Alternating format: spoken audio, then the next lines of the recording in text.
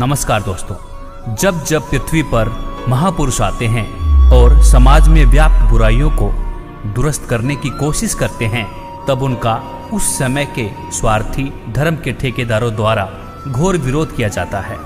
इतिहास गवाह है कि महापुरुषों के चले जाने के पश्चात सच्चाई से रूबरू होकर जनता उनकी मूर्तियां तक बनाकर पूजा करने लग जाती है और उनके धामों पर जाकर सिर झुकाने में अपना कल्याण समझते हैं। जैसे कि आज से 600 वर्ष पहले काशी में जब कबीर साहब आए थे, तब कुछ स्वार्थी धर्म के ठेकेदारों ने उन्हें 52 बार जान से मारने की मिथ्या कोशिश की थी। कभी तलवारों से काटा तो कभी हाथों में हथकड़ी, पैरों में बेड़ी व गंगा में डालकर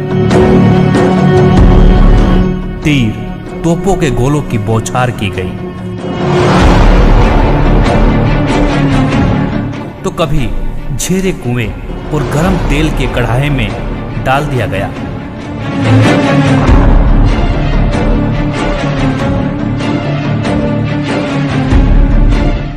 तो कभी बांधकर खूनी हाथी के सामने डाल दिया गया। लेकिन वह तो अविनाशी थे, उनका बाल बांका तक नहीं कर सके।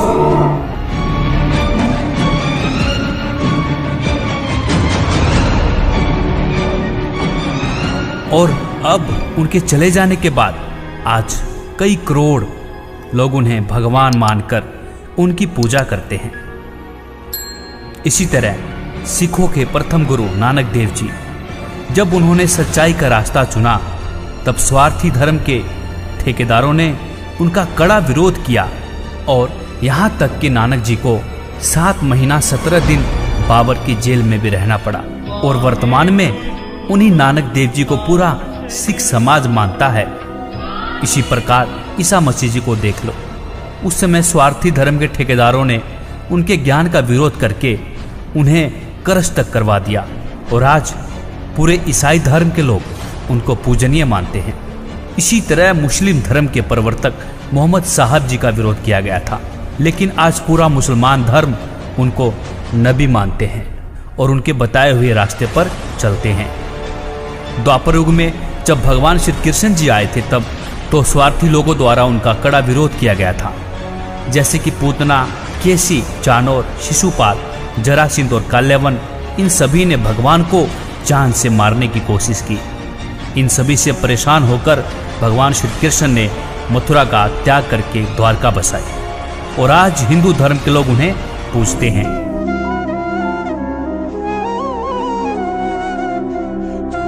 और अब वर्तमान काल में संत रामपाल जी द्वारा सत्शास्त्र अनुकूल ज्ञान देने व समाज में व्याप्त कुरीतियों, दहेज प्रथा, अंधविश्वास, पाखंडवाद क्रिया जैसी सामाजिक बुराइयों को दुरुस्त करने का बीड़ा उठाया, तो उनका स्वार्थी धर्म के ठेकेदारों ने राजा व जनता को भ्रमित करके समाज में संत रामपाल जी के खिलाफ जहर घोलना शुरू कर दिया और संत जी पर जुल्म करने शुरू कर दिए।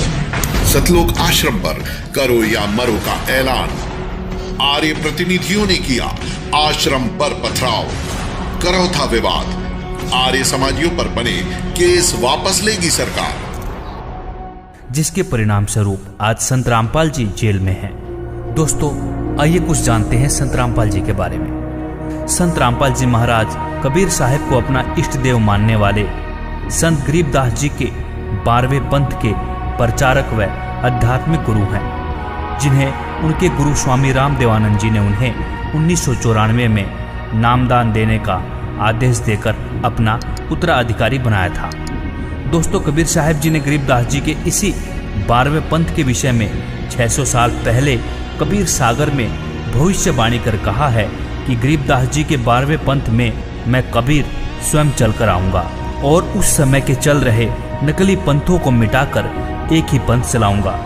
इसी कथन के नक्शे कदम पर चलते हुए संत रामपाल जी ने सन 2009 में ही विश्व के सभी धर्म गुरुओं को आध्यात्मिक ज्ञान चर्चा के लिए आमंत्रित किया था और इन सभी धर्म गुरुओं की सच्चाई से रूबरू करवाया था। तो आइए पहले देखते हैं वर्तमान समय के लिए गरीबदास जी के 12वें पंथ के बारे में कबीर सागर में क्या भविष्यवाणी की गई है। 12वें पंथ प्रगट हो बानी, और शब्द हमारे की निर्णय ठानी, हमारी वाणी का निर्णय करेंगे पर कर नहीं पाएंगे ढंग से उसका निर्णय। अस्थिर घर का मर्म न पावे, यानी सतलोक नहीं जा सकते ये 12 पंथ हम ही को धावे। बर्म में पंथ फिर हम ही चल आवे। होय होय। कबीर साहब ने कहा कि गरीबदास वाले पंथ में हम ही चलकर आवेंगे, सब पंथों को मिटा के एक पंथ चलावेंगे। कबीर साहब के 12 पंथों का वृत्तांत इस प्रकार है। ते प्रथम नारायण दास ने, ये चूड़ामणि है, और दूसरा जागूदास जी का पंथ, और तीसरा सूरत गोपाल, चौथा मूल निरंजन टकसाली पंथ, पांचवा छठा भगवान दास का पंथ, सतनामी पंथ, कमाली पंथ, ये कमाली नहीं है कमाल का पंथ है, राम कबीर पंथ, प्रेम धाम की वाणी पंथ, 11वां जीवा पंथ और 12वां गरीबदास पंथ। तो दोस्तों अब यह जानने की कोशिश करते हैं कि संत रामपाल जी कबीर साहब के अवतार हैं या नहीं। जिस तरह कबीर साहब जी ने बहुत से महापुरुषों को सतलोक दिखाया है, जिनमें से आदरणीय धर्मदास जी, आदरणीय गरीबदास जी, गुरु नानक देव जी, दादू दास जी इत्यादि, इसी प्रकार संत रामपाल जी भी अपने हजारों अनुयायियों को जीते जी सतलोक दिखा चुके हैं।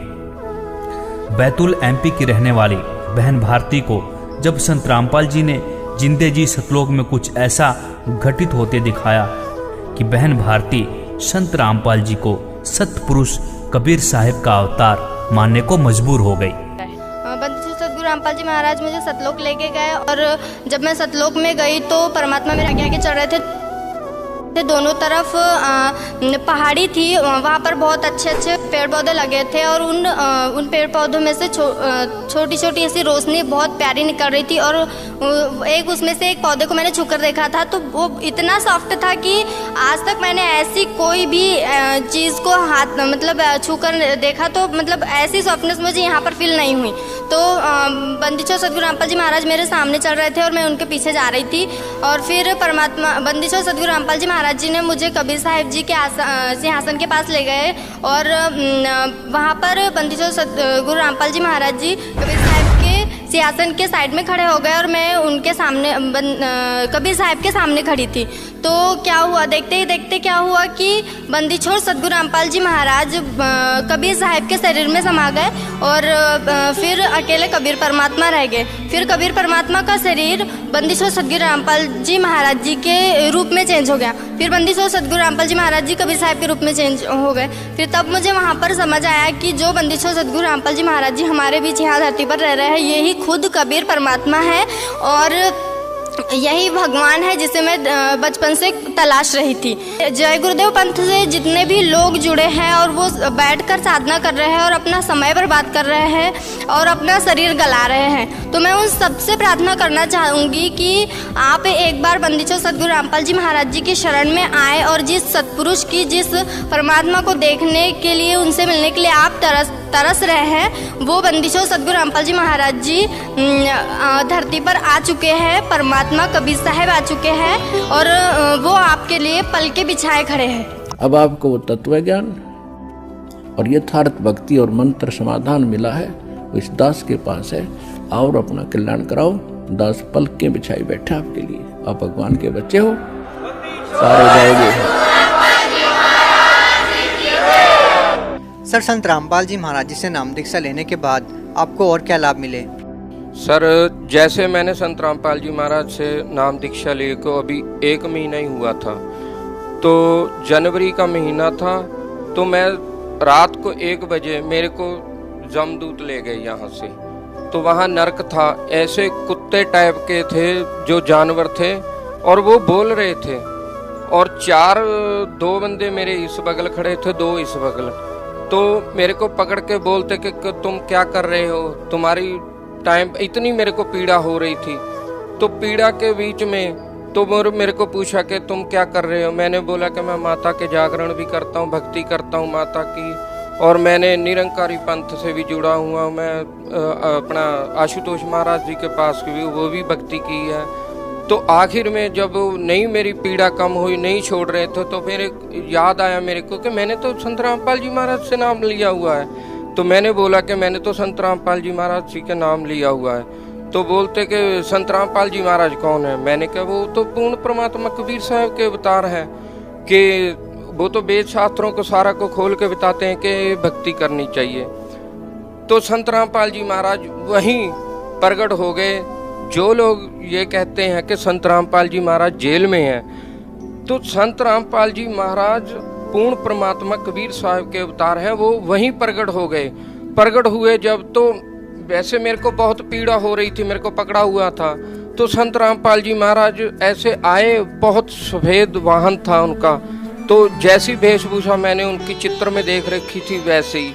तो मैंने बड़ा सोचा कि गुरुजी तो ऐसे चले गए निकल के, तो मेरे को छुड़ाया तो है नहीं जैसे हमारी आम आदमी की वृत्ति होती है। तो वो तो बताया कि संत जो होता है उसके वचन में शक्ति होती है। तो जब चले गए गुरुजी, तो मैंने कहा कि गुरुजी ने तो मेरे को नाम दे रखा है। तो मैंने जो प्रथम मंत्र मेरे को मिले हुए थे 7 मंत्रों से पहले मंत्र है जो, तो मैंने उसका उच्चारण करना शुरू कर दिया जोर जोर से। तो करने वो छोड़ के मेरे को ऐसे गिर गए, पासे हो गए मेरे से। तो जो जानवर ने मेरे को पकड़ रखा था, तो मैंने उसको गुरुजी का नाम लेके ऐसे फाड़ दिया। तो जब मेरी आत्मा कड़क से मेरे शरीर में जब डली, तो जब शरीर में डली तो मेरा शरीर काम करना ही बंद कर गया था और पूरा भीगा पड़ा था। मेरी रजाई, मेरा बेड पूरा भीगा हुआ था। तो मैंने कहा हे परमात्मा, मैं तो बच गया आज।